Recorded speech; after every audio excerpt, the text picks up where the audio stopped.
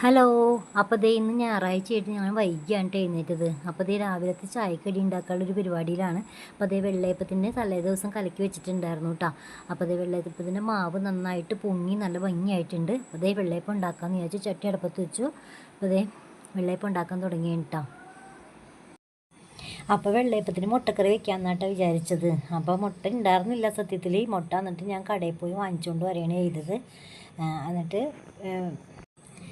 അങ്ങനെ മുട്ട കഴുകി വൃത്തിയാക്കി പുഴുങ്ങാൻ വേണ്ടിയിട്ട് ഇത്തിരി ഉപ്പും കൂടി ഇട്ട് കൊടുക്കുന്നുണ്ട്. എന്നിട്ട് ഞാൻ അടുപ്പത്ത് പുഴുങ്ങാൻ വേണ്ടി വെച്ചു.